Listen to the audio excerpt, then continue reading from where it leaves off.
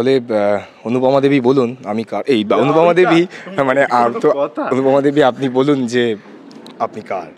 আপনার আপনার লজ্জা করছে না? আমি আপনার জন্য এত পাগল পাগল ভাবে থাকি, সারাক্ষণ তোমায় দূর থেকে দেখি, লজ্জা করছে না এরকম কথা বলতে যে আমার ডিরেক্ট বলে দিলে?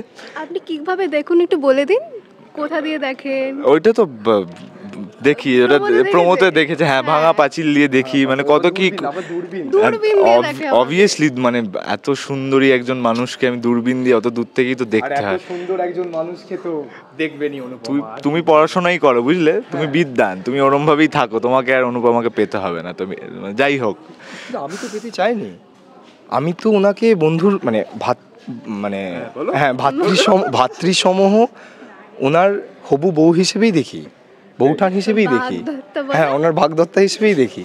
তো ওনার বাগদত্তা যদি আমার মধ্যে অন্য কিছু খুঁজে পান তাহলে তো আমি আর কি করতে পারি, এখানে তো আমার দোষটা কোথায়, এই হচ্ছে ব্যাপার।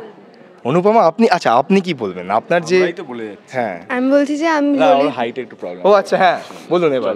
হ্যাঁ, ললিত যা বলছিল যে ও আমাকে চায়, আমিও তো সুরেশকে চাই। সুরেশ যদি হ্যাঁ বলে দিই তাহলে কি প্রবলেম হতে পারে?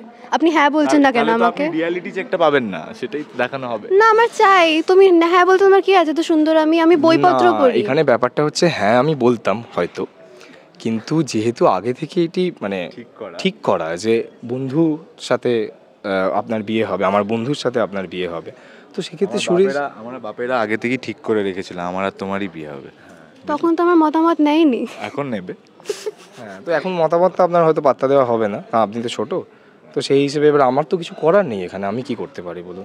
বন্ধুর কষ্টটাও তো আমার কষ্ট লাগে, তাই না? ভালো কথা বলছি আপনার ব্যাপারে, তো এই হচ্ছে ব্যাপার। আমার না, ও আচ্ছা আমাদের এবার ললিত আর সেটা তো বলবে অনুপমা। অনুপমা দেবী আপনি বলুন যে আমাদের মধ্যে কে বেশি রোম্যান্টিক? আই থিঙ্ক আমি রোম্যান্টিক, এরা কেউ রোম্যান্টিক না।